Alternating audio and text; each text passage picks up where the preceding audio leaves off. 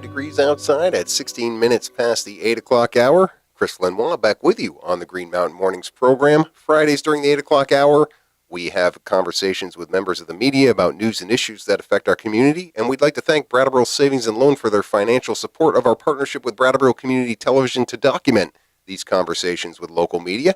Brattleboro Savings and Loan is an ultra-local programming sponsor of BCTV for live events, municipal meetings, and these get-togethers. And today in the seat is Mike Faher, who he is a staff reporter for VTDigger. Stories also appearing in the Commons and the Brattleboro Reformer. Good to have you back in here, Mike. Good to be here. And a little bit of a departure for us today in terms of a couple of stories you've been writing. Now, most people, after writing serious things like you do, mostly about energy stories or education stories, might look for something a little lighter. You seem to have chosen to delve in, if I'm looking at the stories here, poverty in Windham County. Talk a little about that choice. Yeah, I'm just happy when it's not radiological. No. Was this something concentrated? I mean, there's some new data out, and you refer to this a lot in the couple of different stories here around hunger and how we are going in the right direction as far as food insecurity. And this has to do with a story about the West River Valley in particular. But then also affordable housing right now is a big issue, especially in the state of Vermont here with this new $35 million bond for affordable housing. So this SEVCA story as well about having some of their funds being depleted around emergency housing repairs. Was there a conscious choice by one of your many masters to have you focus on these issues here in Windham County? No, not so much. I was just happened to, I was looking at the public notices in the Reformer one day, and there was a tiny little notice from SEVCA, Southeastern Vermont Community Action, that they were applying for additional money for this emergency home repair program. And I thought, I'll ask about it. And as it turned out, they're pretty concerned about the future of the program, and because they have a major funding source that's going by the wayside. In fact, as of July 1st, it went by the wayside. And so they're seeking significantly more money from the federal government. And at the worst possible time exactly, to be seeking money from the federal government with all the cuts coming from there. Right.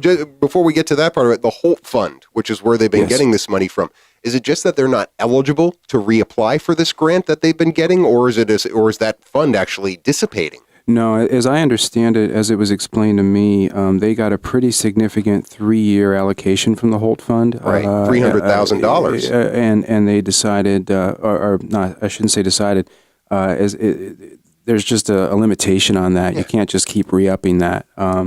So they knew that was going to happen. It wasn't like it was a big surprise. But simultaneously, I think 3 or 4 years ago, the amount of money that SEVCA got from the federal government for this program was cut in half. Mm-hmm. And so now to $25,000 is what they've been getting annually from the federal government. And so now they've decided, well, we're going to go for $75,000, which in the grand scheme of federal budget, that's not even a blink of an eye. But it's 3 times what they're getting currently. Yeah. Now there's different programs within even an agency like the U.S. Department of Agriculture, which is where this funding is coming from, right? The USDA. Right. Do they know if this particular program is one of the ones being targeted by the White House budget cuts? Peter Welch, Congressman Welch, said it was. Yeah. In fact, it's his understanding that this particular program has been zeroed out in the Trump budget, which I guess is not a surprise because so much has been. Peter, he doesn't think that the Trump budget will pass as it was written, but he's really concerned that just to get back to some sort of baseline status quo will take a ton of work because of how deep the cuts are that have been proposed. So there's a lot of concern. Well, and if people go and read your story about this and your conversation with Steve Geller, the director of SEVCA, about this, and they've been doing this for a while. The threshold for emergency repairs for these low-income houses, it sounds like it's pretty stringent as far as how they evaluate these. But even though they've had resources over a period of several years now, it doesn't sound like they've made a dent in the need.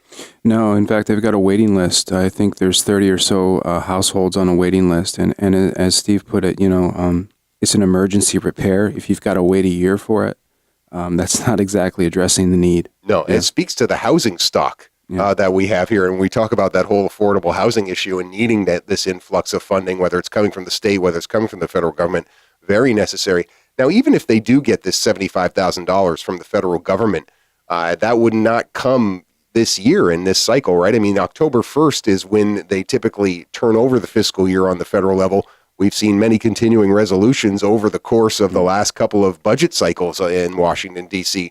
But even then, the allocations don't happen until next spring. This waiting list is going to happen for a long time, I would think.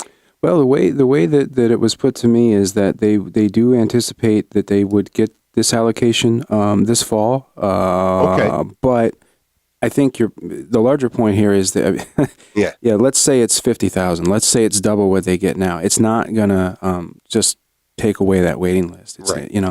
I think what they're seeing is not only a greater number of people needing this service, but also with as you say, the housing stock that we have. These are not, when you need an emergency home repair, it's not cheap. Yeah. And these projects can be pretty significant.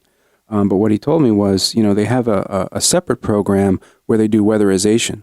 But so often they would go into a home to try to attempt an energy audit or weatherization and run into absolutely necessary repairs that had to happen before they could even get to that work.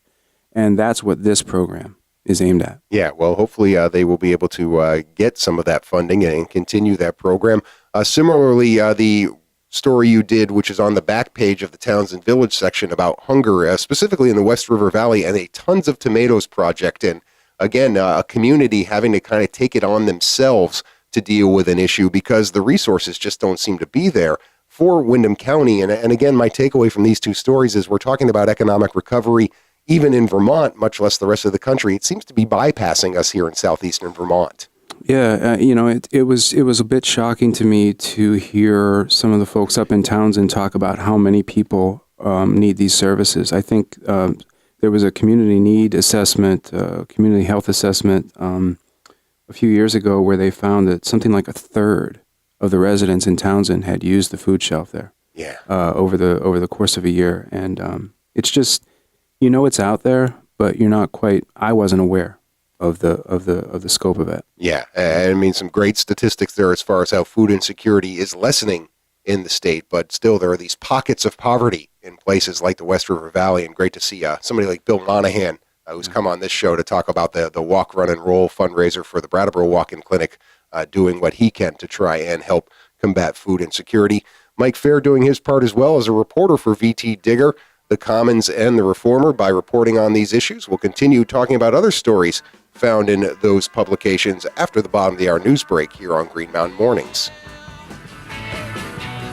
65 degrees outside at 22 minutes before the 9 o'clock hour. Chris Lenois back with you on the Green Mountain Mornings program and continuing my conversation with Mike Faher, staff reporter for Vermont Digger, The Commons, the Brattleboro Reformer, VTDigger.org, commonsnews.org, reformer.com, all kinds of places you can see Mike's writing. Appreciate him coming in here every other Friday, alternating with Randy Olhut to talk about his coverage of some recent stories. I wanted to talk a little about this Vernon Dam incident that you wrote about, and not a serious incident as far as what happened, but a bulkhead bursting. I mean, what is this bulkhead and the grand mechanism of a dam? That's a really good question. You were afraid I was going to ask you to describe this, right? And I have to admit, I have absolutely no idea. And that's one of the reasons I wanted to write this story. I think we've talked before about the importance of public documents to my job. Yeah. And I just stumbled across this incident report that had been submitted from the dam's owner to FERC, the Federal Energy Regulatory Commission. And it said nothing because it was considered this confidential classified information. Uh-huh. Like, there's this report out there about a structural incident, but we're not going to release it to the public. But it happened. So that immediately made me want to ask about it, right? Right. I mean, So And in the reports, it wasn't even identified as a bulkhead, which you identify in the story? it said bulkhead. It said Okay. failure of a wooden bulkhead. And Okay. it was a sort of a cover letter type thing, but the report itself was classified as critical energy infrastructure information. You know, and I understand that this was probably a very minor incident, but all of that makes my antenna go up, you know.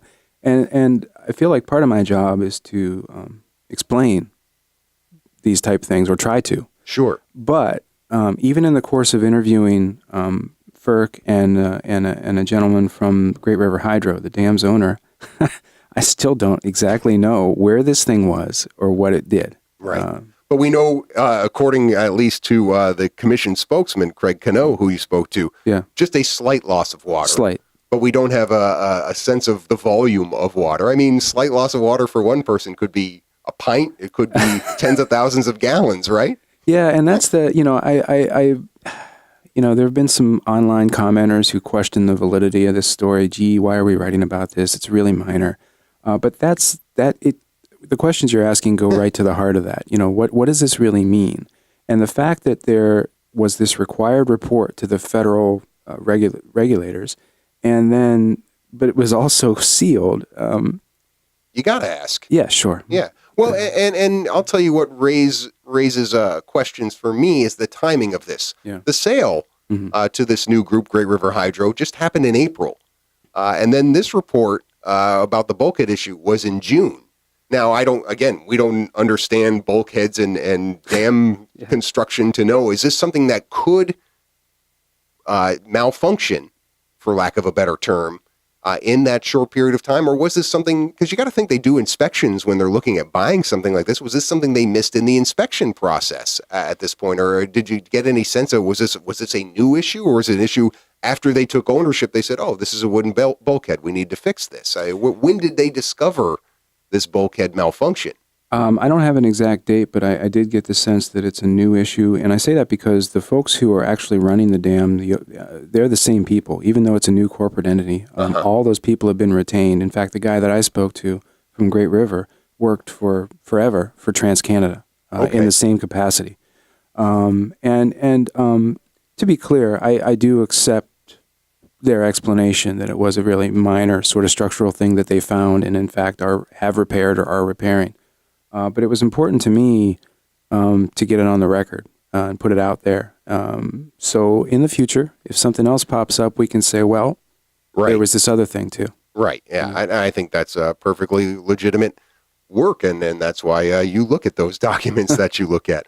No such need to go combing through the documents for another story you had, which I don't think is in this week's edition of the Commons, but something that just happened, and certainly something that a lot of people in this community have been looking forward to for a while, and that is the Windham Solid Waste Management District's solar array, and finally getting approval. It's no longer the Public Service Board. What is it? Is it VPUC?